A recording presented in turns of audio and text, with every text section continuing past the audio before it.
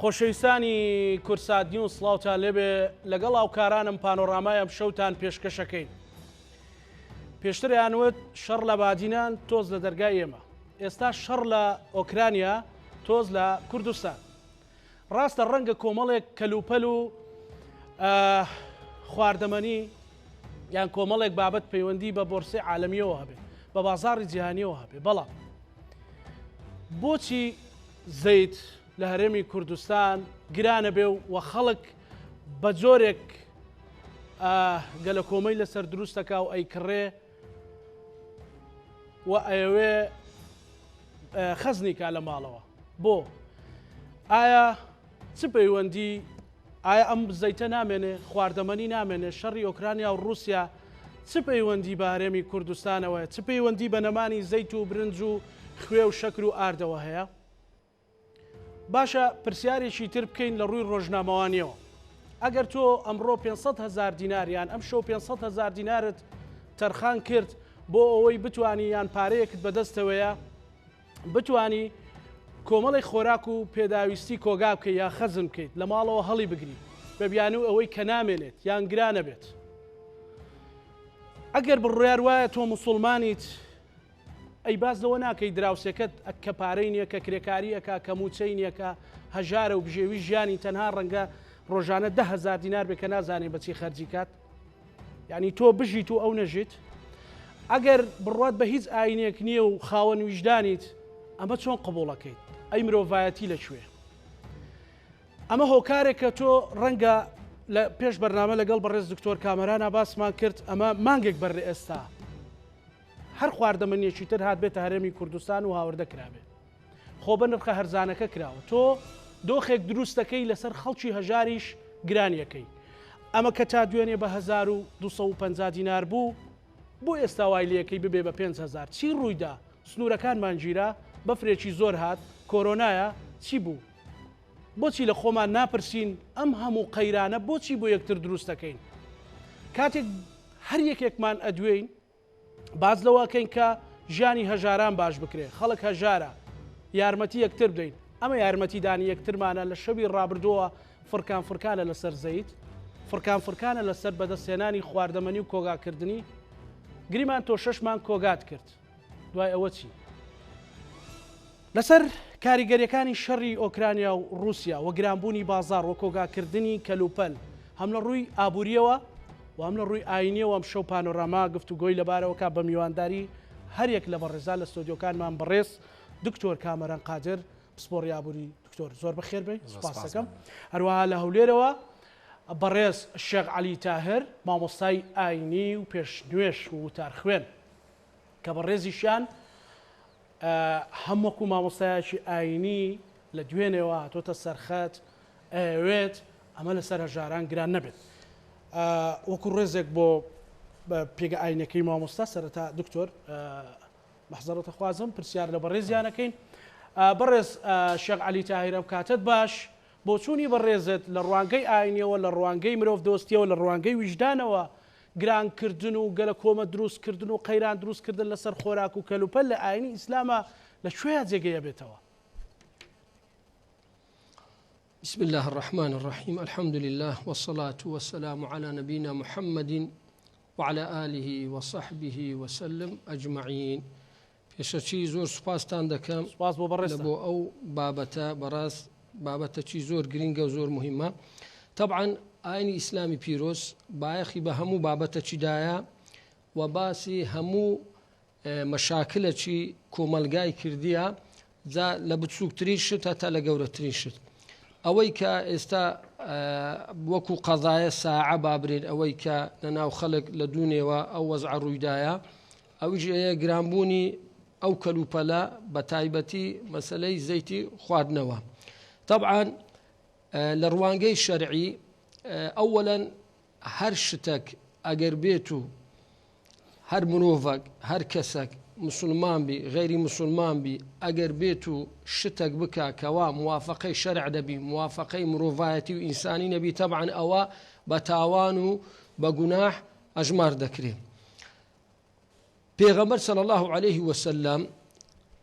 لە فەرمودەی کەوا ئیمامی ئەحمەد ڕیوایەتی کردیە دفرمي من دخل في شيء من أسعار المسلمين ليغليه عليهم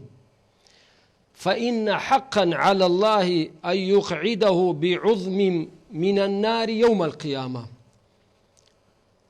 طبعا أما دونش لا بيزكي خوم لا أو شتيكا وكو خلق أكاونتي خوي هيا بلاهم كردوا كوا زائزنية أو حديثة شمباسكر أو حديثة باسی وەی دەکا کەوا هەر کەسانێک ئەگەر بێت و دەستکاری شومەچی خواردنی قوتی مسلمانان بکەن لۆ ئەوەی لیوغەلیە یعنی لەسەریان زیاد بکەن مەبەستیان وەیە دەستکاری بکەن کە نرخی زیاد بکەن دەفەرمی حەقە لەسەر خوای تەبارەک وتەعالا کەوا بیان باتە ناو دۆزەخ بعظم من النار نەک بەس لە دۆزەخەچی ئاسایی اعتیادی ئەو هابی بەڵکو جێگایەکی زۆر زۆر زۆر زۆر بە ئێش و زۆر بە عەزاب زۆر بە ئەزیەت دابی لەبەر هەندێ بەڕاستی ئەوە قوتی ئەو خەڵکەیە خەڵکەکە بەخۆی بێوەزعە خەڵکەکە نەدارە خەڵکەکە چاوی سپی دەبی چاوی خێل دەبی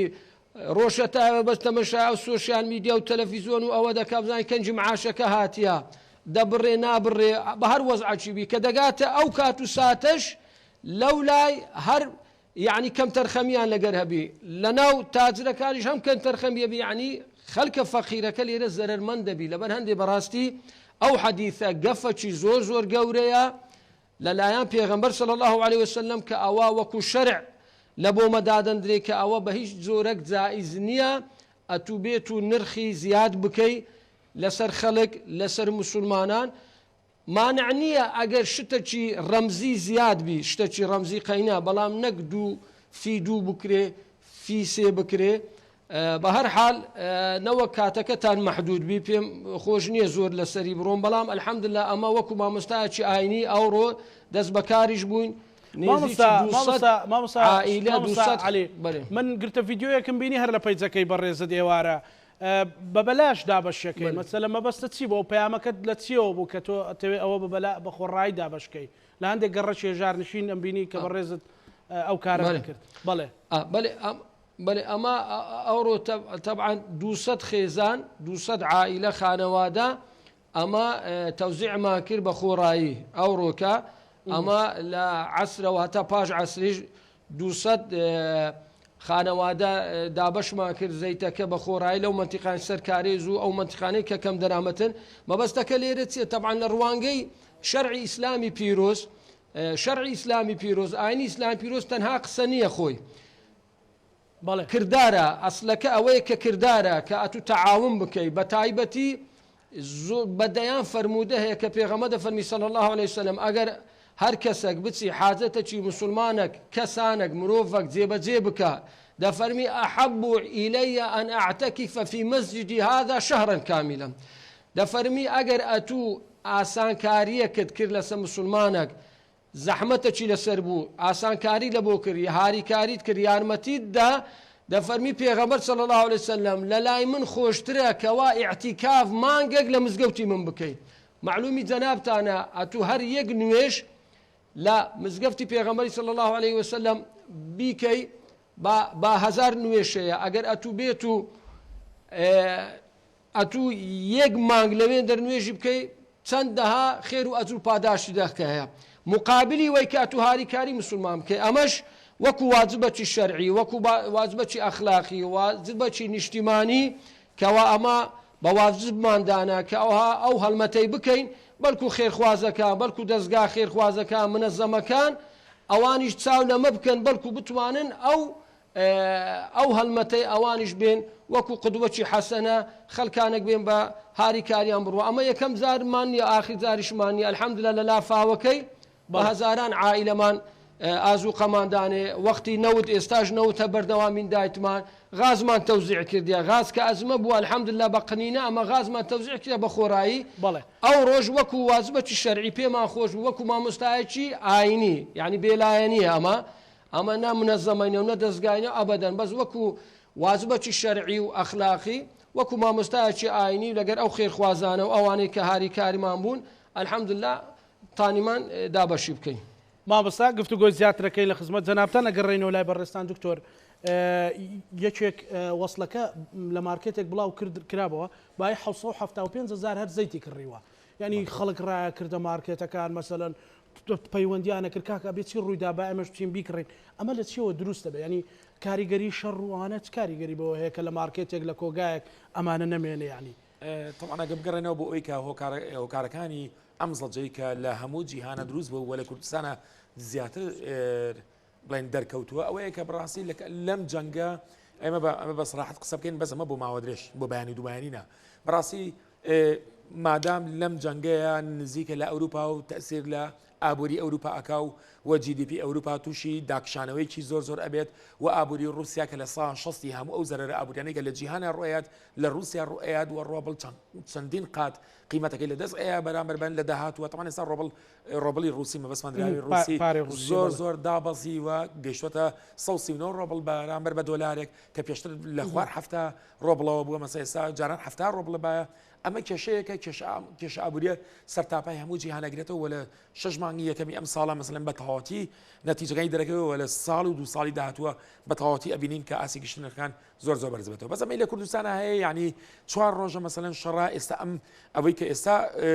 پێشتر هەڵاوسانێک هەبوو واتە بەرزبوونی ئاسی گشتنەکان بەهۆی چیەوە بەهۆی ئەوەی کە تازە لە کۆرۆنا جیهان نەجاتی ببوو و بەشێک لە نرخی شتومەکان بەرز بووە لە جیهانە یعنی عالمیان گران بوو و ئەوەش کە چوە سەری کە کاتێک لە کۆتایی ساڵی 2022 بانکی مرکزی عراقی نرخی دۆلاری بەرز کردەوە بەرەبان بە دیناری عراقی ئەم دووکارە بوو بنەوەی ئەوەی کە ئاسی گشتنەکان بەعام بەرز بێتەوە بۆ هەموو بۆ زۆربەی شتەکان بەڵام ئەمە چی بوو ئەمە مەسەلەن جاریوا بوو لە ساسی شتومەکێک لە ساسی قیمەتەکەی بەرز بووبەوە یا نرخەکەی بەرز بووبەوە هەبوو لە ساچل هەبوو لە سا 50 بەپێی بارودۆخ و سروشتی ئەو شتومەکە بەڵام ئەمەی کە ئێستا هەیە بەڕاستی ئەم ڕۆکەڕیا یعنی بەو ڕادەیە وانە کە ئەوە خەڵک ڕاکا و شت نامێنێ و شت بەو ڕادەیە گرانە بێت لەم قۆناغی ئەم باسی ساڵ و 6 مانگ و داهاتوو ناکەم چکە تۆ خواردن کڕی بەشی 3 مانگ کڕی بەشی 6 مانگ قابلیە بتوانانی لە 6 مانگ زیاتر بیکڕی بەڕاستی ئەمە هیچ لۆجیکێکی علمی لە پشتەوە نییە کە تۆ ڕاکەیت مەسەلەن بای 750,000 بەس ڕۆم کڕیت باشە ئەم ڕۆنە حتا ئەگەر داینێ ئەگەر شوێنەکەی باش نەبێت لەوانەیە تووشی ئەکسپایر و لەوانێت تووشی تەکچون بێت باشە خەڵک حسابی ئەوە ناکات ئەم هوروژمەی کە خەڵک بردی بۆ شتومە کڕین و ئەمانە وای لێکرد کە بازاری ئاسیگەشتنەکان بەرز کردەوە لەبەرەوەی کە مادام ئەفرۆشرێت تۆ بە تاجر یا فرۆشارەکان بە 3,000 فرۆشن ئەفرۆشرێ بە 4 فرۆشن ئەفرۆشرێ بە 5 فرۆشن ئەفرۆشرێ طبعا ئەو بە سعرێکی هەرزان نایفرۆشێت لە کاتێکە ئێمە ئەزانین ئەمە لەوانەیە مانگێک یا 15 ڕۆژ یا گەیشت بێتە کوردستان بالضبط لە کاتێکە کراوەکە یەکجار واگران نەبووە مشکلە نییە ئەوە ئێستا تاجرەکە ڕەنگە لی پرسی بڵێ جاکاک ئێستا بچم بیکڕم لەوانەیە بەدانی ئەگە ئێستا بە 5 لەوانەیە بخۆم بە 3 بیکڕم بە 4 بیکڕم بەڵام ڕاستە تەسیرێکی عالەمی هەبووە لەبەرەوەی کە مەسەلەن ئەم شەڕە ناجێریگیریەکی سیاسی و اقتصادی گەورەی دروست کردووە لەبەر چی نەک لەبەرەوەی کە شەڕەکە خۆی خۆ چەندین شەڕ لە جیهانە بووە لە ناوچەکانی ترە بەڵام ئەو ناوچانە ناوچەی کاریگەر نەبوون لە جیهانە بەڵام رووسیا و ئەوروپا و ئەمریکا و یابان و ئوسترالیا و کۆریا باشوور ئەمانە اقتصادی گەورن اقتصادی جیهان یعنی ئەتوانین بڵێن ئەمە کۆی گشتی ئەمانی کە ئێستا ناومێنان لە 150 GDP بەرهەمی هەموو جیهان ئەمان بەرهەمێنن هەر بۆیە کە ئەم شەڕە بوو کە جارێ ئەمریکا ئەوروپا شتێوە نەگلاون ڕاستەوە خۆ تأثیر کردوتە سەر ئاسی گشتنەکان تأثیرەکە ئەوەندە گەورەیە کە ڕاستەخۆ لە مارکێتێکی هەرێمی کوردستان لەم کاتەیان نەخێر بە هیچ شتێکەوە نەگەورە نییە و بەس ئەو سایکۆلۆژیای خەڵک وایەتە دیارە پەیوەندی بە باگراوندی کوردەوەیە ئەوە دیارە تووشی مشاکلی زۆربی لە ڕابردووە یعنی زۆر شتان ئێهمال کردووە مەسەلەن چۆن کاتێک کە شەڕێک ڕووی یاوتوانە هیچ نییە ئەم خواردن هەرزانە بێتەوە بەڵام دوار بینیانە کە بەڕاستی ساعتێکی زۆر بەرزبێتەوە ئەو تەجروبەیان هەیە وازان ئەمەش عینەن ئەوە طبعا ئەم حاڵەتێکی ئێستا تووشی بووین لە ساڵی 1970 کە کاتێک شەڕی ئێران و عێراق دروست بوو بە هەمان شێوە حاڵەتە دروست بوو مەسەلەن برنج و شەکر و ئەمانە لە فترێک لە فترەکانە بۆ چەند ڕۆژێک زۆر کەم بوو ناڵم نەما ئەڵم زۆر کەم بووە ساعتەکەی مەسەلەن بەرز بوو بەڵام دوچار بڵێن حکومەت کۆنتترۆلی کرد و ئیسراداتی زۆر هێنا بەڕاستی ئەمریکا ئەم حاڵەتێک ئێستا ئەمڕۆ بینیمان بە تایبەتی خۆی ئەمڕۆ دەرکەوت حاڵەتێکی ناتەبیعی بوو زۆر و ڕەنگە سوۆسیال میدیا و ئەوانە تەسیری لەسەر سایکۆلۆژیای خەڵکە بووێ بۆی کە خەڵک هوروژم بێت جگا لەبەرێک لە دوێنەشەوە ئەم ڕێکلامە هەیە تقریبا لە دوای 11 شەوە دەستی پێکرد لە دەی شەوە لە دەی شەوە دەست پێکردو کە ئەمە زۆر نالۆجیکیە و نامەنتیقیە بە هیچ شەوەیەک لە زانستی ئابوووریە اعتیباری بوون. دکتۆر ئەم شەڕە مەسەلەن ئێستا ئەمانە لەکوێوە دێ هاوردەکانمان لە تورکیاوە دێ مەسەلەن کەمترین ڕەنگە کاڵامە لە ئەوروپاوە بە تایبەتی خۆراک و خواردەمەنی جگە لەوەی هەندێک جار کە گەنم لە ئۆکرانیاوە هاتیان لە ئوسترالیاوە هەندێک شتە هات. بەڵێ مەسەلەی ئەم وڵاتە پێشکەوتو یا با بڵین وڵاتی پێشکەوتو بە تایبەتی ئەوروپا و ئەمریکامانە ئەسڵان خواردن زۆر کەم لێوەیە لەبەرێک کە cost of production واتە تێچووی بەرهەمێنان لە وڵاتانە بۆ بە تایبەتی بۆ منتوجاتی زراعی زۆرە و یعنی تێچۆکەی زۆرە کە تێچۆکەی زۆر بوو بە سعری گیرا پێ دەفرۆشێ باشە وڵاتانی تر هەیە کە وڵاتانی دیڤلۆپینگ کەنتری وڵاتانی تازە پێگەیشتووە ئەوان منتوجاتی زراعی هەر عینەن کواڵیتی بۆ تۆی بەرهەمێنن و بۆ تەصدیرەکە و ئەیەنن بۆ عێراق و ئەیان تاجرەکان ئیسرادیەکەن لە وڵاتانی مەسەلەن ئەوانەی کە پێڵێن وڵاتانی تازە پێگەیشتوو نەک وڵاتانی پێشکەوتو بەس نرخێکی زۆر لە ئەوروپا و ئەمریکا و یا رووسیا شەرزانتر مەسەلەن زۆر شەدێلەوە بەڵام مەسەلەی بۆیە ئەمە زۆر تەسیری تێکردووە بە تایبەتی خواردن لەبەری ئۆکرانیا یەکێکە لەو دەوڵەتانی کە وڵاتێک دەخلی تا کەسی زۆر بەرز نییە لەبەرەوە بەرهەمهێنانی بەروبوومی زەراعی بە تایبەتی گەنم و مەسەلەن ڕۆن و هەنێ لە بەرهەمەکانی تری زەراعی تێچووی کەمە کە تێچووی کەمە هەرزانترێ واتە ئەتوانێت منتوجاتی ئۆکرانیا منافسی منتوجاتی تورکیا و ئێران و ئەردەن وڵاتانی چواردەوری خۆمان بکات هەر بۆیە حاڵەتێکی سایکۆلۆژی لەلایەن خەڵکەوە دروست بووە کە ئەڵێ مادام ئۆکرانیا ئەوەی بەسەرات و مەزدەری سەرەکی خواردنە بۆ هەرێمی کوردستان بۆ عێراق لەبەرەوە ئەم شتە گرانە بێ لەبەرێکی شەوەستاوە بەڵام لە کاتێکە ئێمە ئەزانین کە تەنها ئۆکرانیا نییە مەسەلەن کە خواردن و مثلا ئەو بەروبوومە خۆراکیانێک کە بەرهەمێنێ زۆر یعنی بەس عێراق بەرهەمێنانی زۆربەی زۆری وڵاتانی تر ئەتوانێت بەرهەمی بێنە و تێچووەکەشی نزیکە لە تێچووی مثلا سعرەکەشی نزیکە لە سعری مثلا هەرێستا ڕەنگە بچیتە مارکێتێک ڕەنگە ئەنواع نوعی زەیت هەبێ ئەمە بەو ناوە و بەو ناوە بەو ناوە هەرێکەی ناوێکە مەسەلەن بەڵام هەرێکە لە شەریکەیەکەوە دێ ئەمە بەدەر لەوە کە ئێمە خۆشبەختانە لە چەند وڵاتێکی جیاوازە وشتمان بۆیە نەک لێک وڵاتەوە و دوای سبێنە وڵات احتیکار بکرێ و یا با بڵێن تووشی ڕووداوێ بێ ئەمە تەسیری تێکات لە هەمووی سیرتر ئەوەیە باشە حکوومەتی عێراقی بڕیاریاوە کە دوو بەشە خۆراک بعد لە باتی بەشە خۆراک یعنی حکوومەتی عێراقی من ئەزانم کە لە ڕووی توانای داراییەوە بە تایبەتی ئێستا نەود لە سەروی 150 و 120 یا با بڵێن ئەمڕۆ چۆتە 130 دلار ئەتوانێت ئەوە دابی بکات چونکە بەڕاستی زۆر گران نییە بۆ حکوومەتی عێراقی و ئەشیکات باشە کە من ئەزانم کە حکوومەتی عێراقی بەشێکی پێداویستەکان لە ساهشتای پێداویستەکانی خواردنم بۆ پڕکاتەوە چه پێویستەکاتەوە پەلاماری بازار بیت و بیت مثلا بای 750,000 یا بای پارێکی خەیاڵی لە ناو بازار بکرێت و بازار گرێنکەیت و تەسیری هەبێ بۆچی بۆ ئەو چینانەی کە زیاتر لە ژێر هێڵی هەژاریەوەن بەڕاستی تەسیرێکی زۆری بۆسەر ئەوانە بێت چونکە ئەوان پارەیان نابێ بەڕاستی بیکردن و ئەوانە و تۆ هەر هاو نیشتیمانەکەی خۆ تووشی زەرمەندی زیاترەکەیت. باشە دکتۆر ئێمە بەڕاستی مەسەلەن لەوەی کە کۆمەڵێک چیرۆکی لە قورئانی پیرۆزە مەسەلەن فەلسەفەی تایە مەسەلەن تەجروبەتە داتێ مەسەلەن لەوەی حەزرەتی یوسفا کە ئەڵێ مصر 700 تووشی قات و قڕیە بێ کە خەونەکە لێگەداتەوە هەر بەڕاستی ئێمە تووشی قات و قڕیە بین کە ئێمە ئاوا بترسینیان هەر دەست داخبوونەکەی کۆنا بەڵێ لە ئابووریە قات و قڕی جیاوازە لەگە گرانی دوشتی زۆر جیاوازن ئەمەڕێەکە ئەترسێ ئێستا باسی قات و قڕیەکە ئەنا قات و قڕی بە هیچ شێگرونە لەبەرێک کە تەکنۆلۆژی ئەسا وایە ئەتوانم پرۆدەکتیڤیتی بەرزە پرۆدەکتیڤیتی یعنی بەرهەمداری واتە لە ساعاتێک ئەگە مەزرعەیەکە هەبێت یەک دۆنم بێت ئەگەر مەسەلەن لە چی دروست مەسەلەن فەرەزنا لە ئەمڕۆنە لە چی دروستەکرێ لە زەیتون لە گوڵە بەڕۆژەی دروستکرێ ئەگەر مەزرعەیەکە بێت دەتەن گوڵە بەڕۆژە بەرهەم بێنێت لە یەک دۆنمە بەهۆی تەقەدومی تەکنۆلۆژی بۆی دەستکاریکردنی جیناتی زەراعی ئەو مەسەلەن گوڵە بەڕۆژەیە ئەتوانێت پرۆدەکتیڤیتەکەی لە 10 تەنەوە بگەێنێتە 20 تەن بۆ یەک دۆنم یا لە تەنێکەوە بگەێنێتە بە 2 تەن واتە تەکنۆلۆژیا وا پێشکەوتووە دەستکاری پرۆدەکتیڤیتیەکرێ و پرۆدەکتیڤیتی زیاکرێ واتە بەرهەمداری زیاکرد ئەمە یەک دووش ئەگەر هەموو وڵاتێک تووشی قەیرانی خواردن بێت عێراق تووشی نابێت لەبەرەوەی کە ڕاستە ئەمە ئاسیگەشتنەکان بەرزە بێت خۆ من نەزانم نەک ئەوە مثلا ئەو معدانانێک هەیە مثلا ئاسن ئەنەمنیۆم مثلا گڵۆب مثلا ترانسپۆرتیشن مثلا شت لە چایناوە لە سینەوە بێنیت بۆ عێراق هەمووی ئەمانەی چەندین قاتگرانە بن ئەگە یەک قات و دوو قاتگرانە بن زۆر دوور مەودایە هەل لەم 6 مانگ ساڵی داهاتووە بەڵام معنای ئەوە نیە لە عێراقا خواردن دەست ناکەوێت قات و قڕی ئەوەیە کە تۆ پارەش نەبێت بەڵام ئەمە بە هیچ شتێکی وان نابێت بەڵام چی ئەبێت گران ئەبێت بەڵام ئەوەی خۆشبەختانە گرانەکەش بۆ ڕێژەیە کە تۆ بەسەلەم بە ورژم بۆی بچیت و بە گەلە کۆمەی لەسەر بکەیت نەخێر ئەوە بەس حاڵەتەکە سایکۆلۆجیە کە ئەم کەسە تەوقعی وایە تو ئێستا شتێک بەهای 2000 بێ و قەت نابێ بە 5000 یعنی بە تایبەتی ئەوە یعنی لەم فترەیە بەڕاستی ئەوە بەداخەوە ئەمڕۆ وەکو بیستمانە یەک دەبێ ڕۆن بە 5000 یعنی پارێکی خەیاڵی ئەوە باش ئایا ئێمە بزانین ئاسی گەشتن نرخەکان بۆ هەموو شتەوە نەخێوانیە کەوانە من ناڵم ئەمە ناگاتە 5 تەمان ئەمە دوجار ئەگەڕێتەوە بۆ خوارەوە مەسەن لە 5000ەکەیتەوە خوارە و بەڵام بۆ ماوە دوور ئەگەر ئەم شەڕە بەردەوام بێ بەڕاستی نرخی نەوت بەرز بێتەوە لە عالەما واتە بەرهەمێنان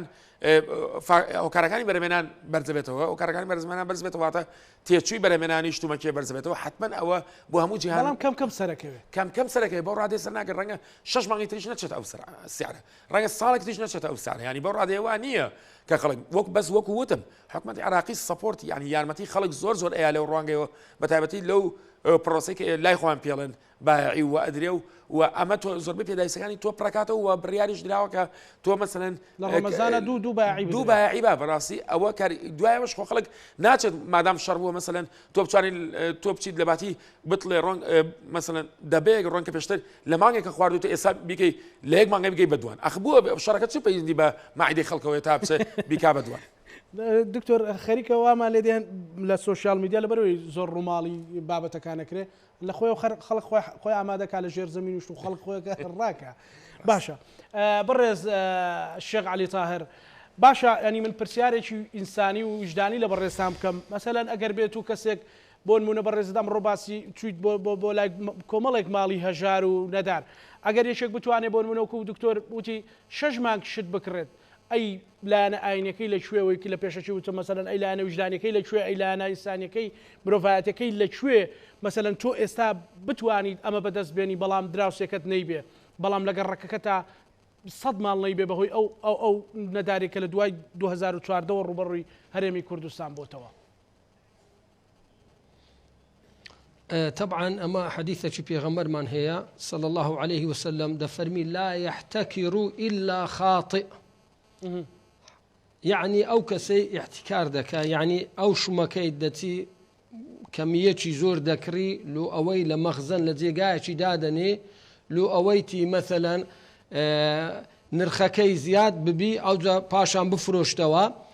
أو ببتيق لو سببانه لو هوياني كوا أوشتا نرخكي برز ببتوا أو بديان حديثي لسراكا بملعون هاتي يعني دولة لرحمة إخواي وخاطئ يعني تاوان بارا يعني مسألة آيني إسلامي بيروز زور بايخي بمسائل آبوري واقتصادي زور داهر وكو زنابت كتازة باسي قصة يوسف عليه السلام كلا قرآني باس كرايا وهر وهاش أو بابتي أو بازرگانيانا ديكن بازرگانانا تاجركان عين حديثي بيغمبري صلى الله عليه وسلم لسرا دفرمي روجك لروجان بيغمبر صلى الله عليه وسلم فرمو يا معشر التجار فاستجابوا لرسول الله صلى الله عليه وسلم ورفعوا أعناقهم بان جاني كرت تاجركان يام بان كرت بيغمبر صلى الله عليه وسلم چوکەوچی ئەمە لە یەکەمی باسمان کرد دینی ئیسلامی پیرۆز تەنها نوێژ و ڕۆژی و زەکات نییە بە پێچەوانەوە لە حەسر نییە تەنها لە چارچیوەی مزگەوت زانە پێغەمبەر صلی الله علیه و سلم لە زمانی خۆی تاجرەکانی کۆ کردەوە پێیانی فەرموو فقال إن التجار يبعثون يوم القيامة فجارا فرمووی تاجرەکان ئەو کەسانەی کە تاجرن تیجارەت دەکەن فەرمووی لە ڕۆژی قیامەت زۆربەیان نێگو هەمیان گوتی زۆربەیان فوجار یعنی بە خراپە ناویان دێ عاقبەتیان خراپە إلا من اتقى الله وبر وصدق ئیدەن بزانە پێغەمبەر صلی الله عليه وسلم لەو کاتی کە تاجری بان کردێ لەبەرەوەی تاجر قوتی خەلچیە وەکو لە عەرەب دەرێ قطع الأعناق لا قطع الأرزاق يعني كابرا أتو رزقي لي قطع كدو خوشرني هاتو هنيدي كاتو جرانت كابرا فقير هجار بينك را أول شيء وازك لا كلي قطع بكي أو جا وهر واج دفرمي التاجر الصدوق بزانا أو زارا مجيني بشارت يا بيددا دەفەرمی التاجر الصدوق الأمين تاجرەکی ڕازگۆیە ئەمینە دەستپاکە مع النبيين والصديقين والشهداء لەگە پێغەمبەرانە لەگە ڕازگۆیانە لەگە شوهەدانە پلە و پای بە چ بەرز بووە ئەوجە لە کاتی ئاوا ڕۆژی ئاوا تاجری ئەو کەسانە کە بازرگانن ئی صادق و ئەمین و ڕازگۆ بە دیار دەکەی ئێستا ئەوڕۆ هەبووە بە 5,000 فرۆشتیتی مارکێت بەڵام مارکێتیش هەبووە ئەو دەبێمە کە هەلمەتمان دەبێ بە 5,000 مامۆستا ئەو یەک دەبڕۆن یەک دەبڕون بە 5,000 کەدا ئەو تەبعاً ئەمن پێش بێمە بەرنامەکەتان لەگەر مارکێتەچی باسمان کرد گوتم سعری چەندە گوتی مامۆستا ئەمە لە کۆگایەکان بە $50 داوامان کردیە بماندنێ کارتۆن 20 دانەی تێدایە بە $50 گوتیتی نیتمان ڕازی نەبوونە کە بماندنێ یعنی مارکێت لە تاجرە گەورەکەی تەڵەبی لێکردە $50 ئەدی پێشتر بە چەند بووە بە $25 بە $30 و کەمتریش بووە هەیە بە 5,000 کە دانەیدایە بەڵام هەیەش هەر ئەوڕۆ بە خۆڕایی دایتی یعنی ڕێزمان هەیە ئەمە لە بۆ تاجرە چاکەکان باشەکان خواناسەکان و ئەوانەی کە زەمیری خۆیان مراقەبەیان دەکەن هەیە بە خۆڕاییدایە بەڵام ئەو ئیشە ئەو وەزعەیە کە جەنابی دکتۆریش باسی کرد ئەوە شتێکی یعنی ناتەندروستە یعنی معنای نییە ئەتو ئەوها فی 4 فی 2 بکرێ ئێستا باشە گوتمان شەڕە ئەزمەیە تەواوە بەڵام بەدەیان هزار کارتۆن لەسەر تەئەتوو کە وەختی بە 1,000 لەسرت بابە بە 2,000 بە 2,500 کە لەسرت ئێستا مەوجودە خۆوەجبەی نوێ لۆ نەهاتیە بە تایبەتی تاجرەکان ئەمە ئاگادارین مەسەنەن لەبەرەوەی ڕەمەزان نێزیک بووە خۆیان تەڵەبیان کردیە ئێستا ئەرزاقەکی زۆر هاتیە یعنی ئێستا ئەرزاقەکی گەلە لەو هەولێرەی لەو سلێمانی لەو دووهۆکەی گەلک هەیە لەبەرەوەی ئەوان احتیاتی خۆیان کردیە لە بەمانجی ڕەمەزانێ عادەتەن ئەرزاق زۆر تەڵەب دەبی بەڵام یعنی بەداخەوە یعنی ئەو سەبەبانە خۆی کە ئەو تاجرانە دروست دەکەن بەڵام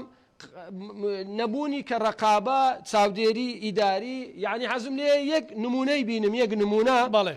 یەک نمونە لە زمانی خۆی لە ساڵی هەشتاکان ئاگەرەکە کەش دەرێن کە لە گەڕەکی تەیراوە بوو تەبعانەمە هەر بە خۆمان خەڵکی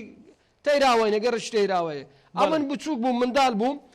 کابرایەک سجن کرا عقوبەترا حکوومەتی عێراقی ئەو وەختی سزایدا لەسەر چ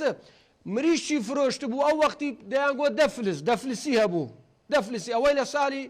بیداەتی 1970 ئەوان دەزانن کە دەفلس بەس بە دەفلس زیاتری فرۆشت بوو عقوبەیاندا ساڵێک یان 2 ساڵ گیرا و کابرایە لەسەر کە ئەو کاڵەی گرانتر فرۆشتیە بەس ئێستا فەرموو ئەو هەموو دەرێن ئەو هەموو ئیجراعاتە دەکرێت ئەو هەموو شتە دەکرێت ئەو هەموو بڕیارانە دەدرێت چونکە هەیبەتەکە نمایە چونکە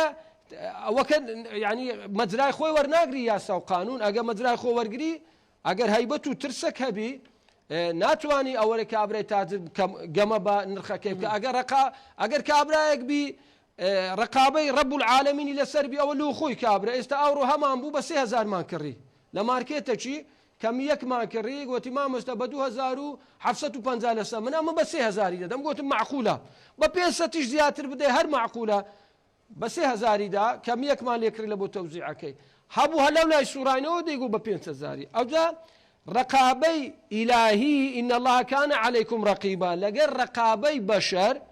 کە وەکو حکوومەت وەکو ئیدارە دەبی ئەو ڕقابەیە هەبی ئەگەر ڕقابەکە هەبی کە جورئەت ناکە ئەوها بە کەیفی خۆی یعنی ئەوها لەو خەڵکەی بکە و هەروەهاش یەک لەو سەبەبانەش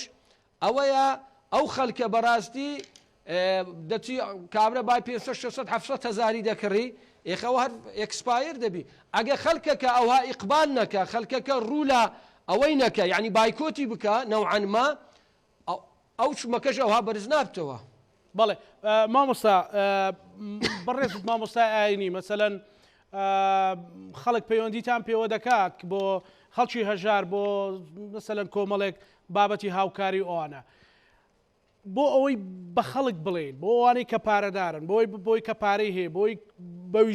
بەلانی کە مژدانی زیندوو بێتەوە ئەبدێت بێتەوە ڕۆژانە چ چیرۆکێکی تراژدی ڕوو لە بەڕێستان دەکات لە خەڵکی هەژار و نەدار و بێپارە کە ناتوانێت خۆراکی ڕۆژێک دابین کات جای ئەوەی بتوانێت خۆراکێک کۆگاکە ینی چ چیرۆکێک لای بەڕێستان هەیە لەوانەیە کە پەیوەندی دەکەن بەێ ئەمە نەفەر بوون ئەوڕۆ تەبان ئەمە کە لەو جەولەی لێماندا نەفەر هات گوتی ئەمن دوو مانگ گوتی دوو مانگە گۆشتم نەخواردووە دوو مانگە گۆشتم نەخواردیە ئەستا خەڵکێک لەوانەیە پێی تەعەجوبی ئەمە بەدەیان ئێستا ئەمن ئەوەکەم ئێستا کە هات مەژۆرە دامیە خستیا هەتا گەیشتمە لای جەنابتان یعنی بەدەیان بەسەتان هاتیە یعنی چار خەتمان هەیە چار خەتا هەر چار خەت ئیشی دەکرد لەبەرەوەی خەڵکەکە فەقیرە نەدارە نازانی یعنی چ بکە ئێستا خاستەن ئەمە داخلی ڕەمەزان دەبین ئێستا فترە چیدی چەند ڕۆژەی دیکە مەسەلەن ئەوە زۆر زەحمەتە یعنی کابرا هەیە بەمان گۆشتی نەخواردیە یعنی زۆر زەحمەتە ئەو دەبەیە بەدەبە دەکری نەک بە کارتۆن بکڕی یعنی وەزعەکەی خەڵکەکەی زۆر خراپە ئەوجە کابرا هەیە یەتیمە یعنی کەسەچی نییە نەخۆشە ئەوەی نەخۆشی ئەبی زۆر زەحمەتە یعنی کەتیە یعنی ئێستا ئەوڕۆ تەلەفۆن کرایە ئافرەتە دەگریە بەگریان سوندی دەخوا مامۆستا وەڵڵا وەبیلا وەتیلا چار منداڵم هەیە پیاوم نەخۆشە کەتیە مامۆستا نە زەیتمان هەیە نە برنجمان هەیە نە ئەومان هەیە یعنی خەڵکەکە وەزعەکەی زۆر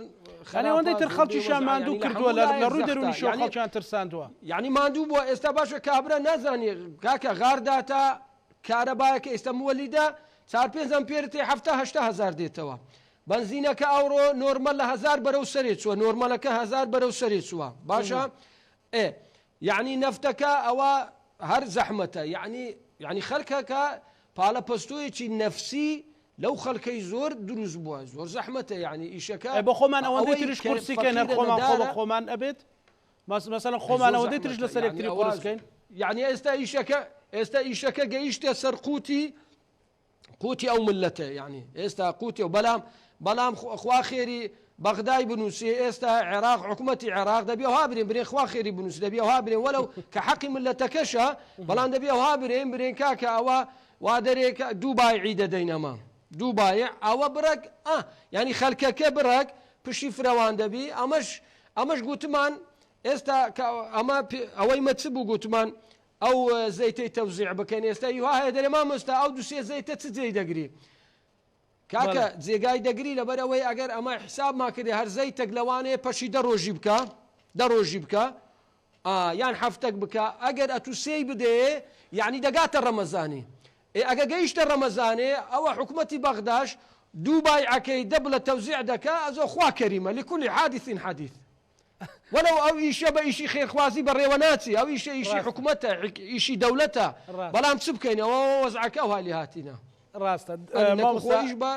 خێری بەڕێوە ناچی باشە دەگەڕێم وڵات مامۆستا ببوورە دکتۆر ینی هیچ شۆکێکی دارایی لارێمی کوردستان ڕوویداوە بۆ نمونە مەسەلەن لەبارەی نەوتەوە لەبارەی کۆرۆناوە لەبارەی گرتنی حدودەکانەوە کە خەڵک بترسێ لە یاخود هەر پەیوەندی بە ناڕێکخراوەی کێمە زۆر لە بەرنامەکان باسمان کردووە داهاتی هەرێمی کوردستانەوە ینی هیچ شۆکێکی دارایی لە عراق یان لارێمی کوردستان ڕوویداوە مەسەلەن خەڵک زۆرەوە پرسیارە دەکە بۆ نەوت گەیشتە 130 دۆلار بەڵام موچەنیە ژیان خراپە خەڵک تووشی ئەو کە ئابە داراییە بووە بەڵێ طبعا لە سەردەمەکانە مەسەن ساڵی 2016 ئەکرێ بڵێن 75 ڕۆژ 80 ڕۆژ یا جاری وایە گەشتۆتە نزیکەی 90 ڕۆژ خەڵک موچەی وەرنەگرتووە بەرام حاڵەتە سایکۆلۆجیەکە وا بە وتیان ئەوە نەوت بە 20 دلار بە 30 دلار تا ڕادەیەک مشکلە نییە تەقەشوف ئەکەن خەڵک مەسەلەن پرۆسیسەکان ڕووگوشینەکەنەوەی کە پێڵەن تەقەشوف مەسەلەن لە ئابووریا هەنێ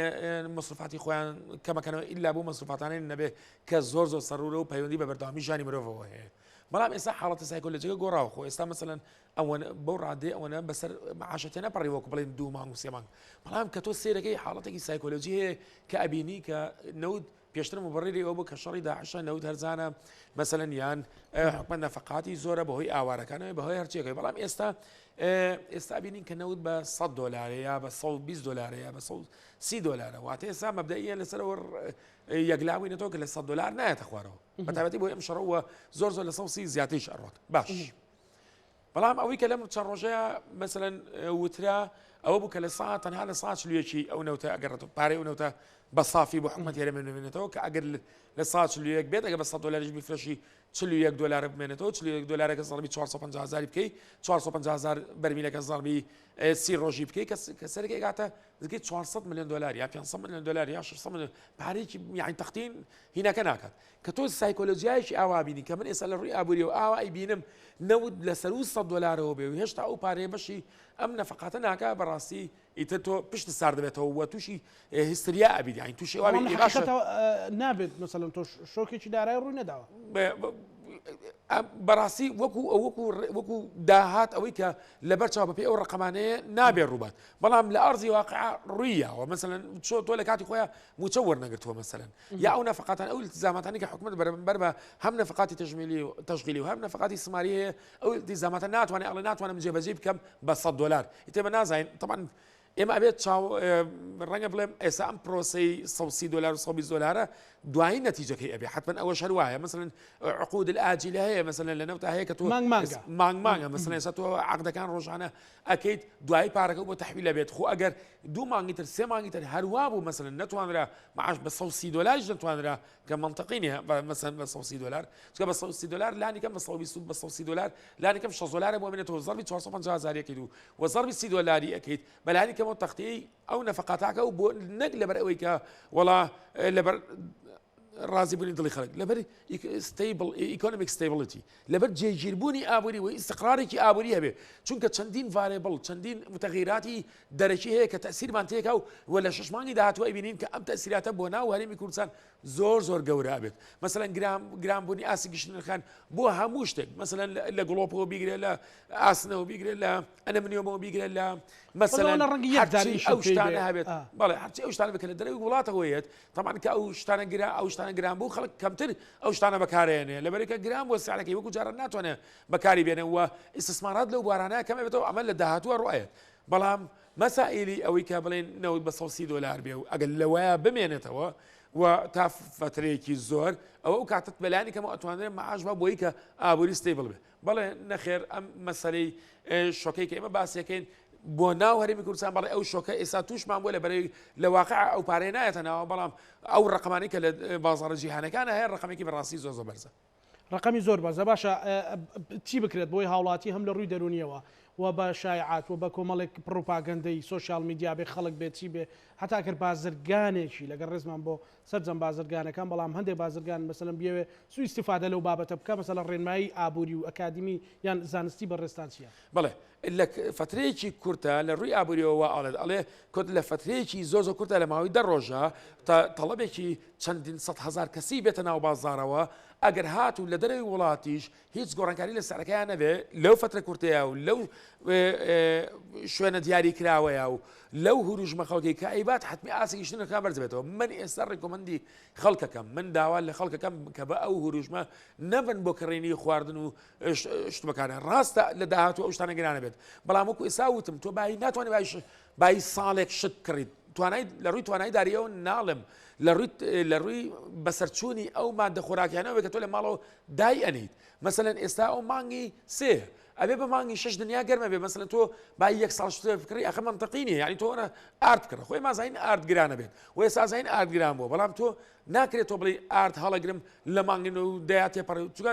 ئەکسپایرە بێت دوای بۆ سەحەتی خۆ خراپە بێت لەبەرەوە ئەگەر حتا بشزانی کە شت گرانە بێت تو هەرە بە شۆکە بێت ینی زۆر بە قورسی گران بێت نەخێر بۆ وەکوی مامۆستا ئەڵێ ئێمە بە 1250 لە پڕ بۆ بە 5,000 ئەویان هەر زۆر نالۆجیشیە وەکوتم نامانتەقیە و بە هیچ شتێک شتی وا نابێت بەڵام پرۆسەی گران بوون ئەم ئاسیگەشتنەکان بەرز بێتەوە پرۆسەیە کە چەندین ساڵی پێچێت 6 مانگ ساڵێک 2 ساڵ ئێستا ئێمە یەکەم جار کە دۆلار بەرز بۆ یەکسەر خۆشتەکان بەرز نەبووە زانیمان دوای 4-5 مانگ ئەنج دوای کاردانەکەی دەرکەوت کە لە ناوخۆی عراقا بوو ئەبوو یەکسەر کاردانەوەی هەبێ بەڵام نەیبوو یعنی دوای مەسەن تۆ بەدەر لەم شەڕە پێش ئەم شەڕە مەسەن 2 مانگەوە پێش ئاسیگەشتنەکان هەر بەرز بوو لە چاو پێشووترە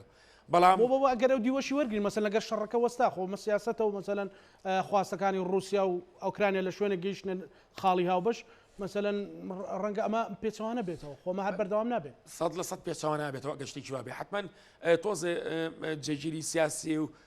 عسکەری تۆزت پێشبینیکردنی وەکو ئابوورینە پێشبردننی زەحمەتە چکەکێت ئیشتیهاداتی ئەو سەرکردەی کە هاتووە شارەکەی کردووە بەڕاستی قرارەکەی یاوە لەوانەیە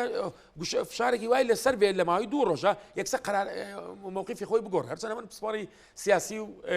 عسکەری نیم بەس ئاوایە بەڵام من ئەتوانم پێشبینی ئابووری بکەم کە لە داهاتوە چی ئەبێت مەسەلەن ئەگەر بە شەرتی ئەم شەڕە بەردەوام بێ و ئەو گەمارە و سەختەی کە ئەوروپا و ئەمریکا و وڵاتانی سەناعی کە لە ڕۆژهەڵاتی ئاسیاوە هەیە بیخەنە سەر رووسیا کە یعنی بەڕاستی ئابووری جیهان تووشی لەرزانێکی زۆر بەهێز ئەبێت. باشە ئەگەر شەڕەکەش وەستا ڕەنگە بەرەو جێگیری بڕوات بەرەو جێگیری ئەڕواتەوە و هەروەها ئێمە تاکی دەبێت لەو بکەینەوە کێسا نەوت بە $100 $100 $100 دابەزێتەوە بۆ خوار $100 ئەگەر شەڕەکە باشە ڕێنمایی و پێشنیازی جەنابەت بەو کەسانی مەسەلەن زیوی کشت و کاڵیان هەیە مەسەل لە لادیەکانن بۆی خەڵگەمووی سەیری هەر سەیری سوۆشال میدیا و تەلەڤیزیۆن نەکە یان چاوی لەسەر معاش نەبێ و حاڵەکەی کە لە 2014 ئێمە هین هێناومانە بە پسڕپسڕی هێناومانە تا ئێرە ڕێنمایی بە ڕێسان چێ مەسەلەن بۆ درێژمەودا بۆ کورتمەودا بەڵێ مثلەن بۆ کورتمەودا ئەمەیە کە من بەڕاستی داوا لە خەڵکەکەم بەم شێوەیە تەعامل لەگەڵ کڕینی شتومەکەکانە مەکەن مەسەلەن بەتابەتی کڕینی خواردن مەسەلەن بەم شێوەیە نابێت تەعاملی لەگەڵا بکەیت جارە با چاوەڕێگەن بزانین چی ڕوئەیە چەنە گۆڕانکاری چەکان ئەمە ڕێنمایی من ئەوەیە کە بە هیچ شێوەیەک من خۆم ئێستا شخصی بە هیچ شێوەیەک نەچوم بۆ کڕینی هیچ شتێک لەم ڕۆژانە چونکە پێشبینیەکەم کە شتەکان چیە بێ بەڵام بۆ دوور بەودا تەمان ئاسی ئەم ئاسی گشتن خانێکە لە داهاتوە بەرزبێت ئەم شەڕە بەردەوام بێ بەداخە خۆ من حەزاکەم بەردەوام بێ بەڵام ئەگەر بەردەوام بێت یا شەڕەکەش بەردەوام نەبێ ناجێگی لە سیاسی اقتصادەکەی لە ڕێگەی گەمارە و ئابوووریەکانی ئەوروپا و ئەمریکاگەی خەنە سەر رووسیا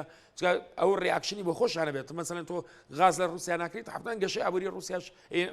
ئەوروپاش دابەزێت بۆ دوورمەودا تقریبا ئەتوانم بڵێم هەڵاوسانێک ڕوئەیاد و ئەو هەڵاوسانە چی هەڵاوسان یعنی ئاسی گشتن نرخەکان بەرزبێتەوە بەڵام شتێکمان بیر نەچێت کە کاتێک ئاسی گشتن نرخەکان بەرزبێتەوە بۆ کەرتی زەراعە خۆمان تقریبا باشە لەبەری کە ئێستا ئەو کەسانی کە منتوجاتی زەراعی بەرەمێنن سعرێکی وا ناکات بەس کە سعرەکەی بەرز بووە هەمویان ئەچنچی بەرەمێنانی ئەو منتوجانە ناوخۆی دروست بێت و ئەمە ئێستا دەرناکەوێت دووسێ ساڵی تر نەتیجەکەی دەرەکەوێت. بەڵێ سوپاسەکەم دکتۆر بەڕێز مامۆستا دوا پێشنیاز و دوا ئامۆژگاری جەنابەت بۆ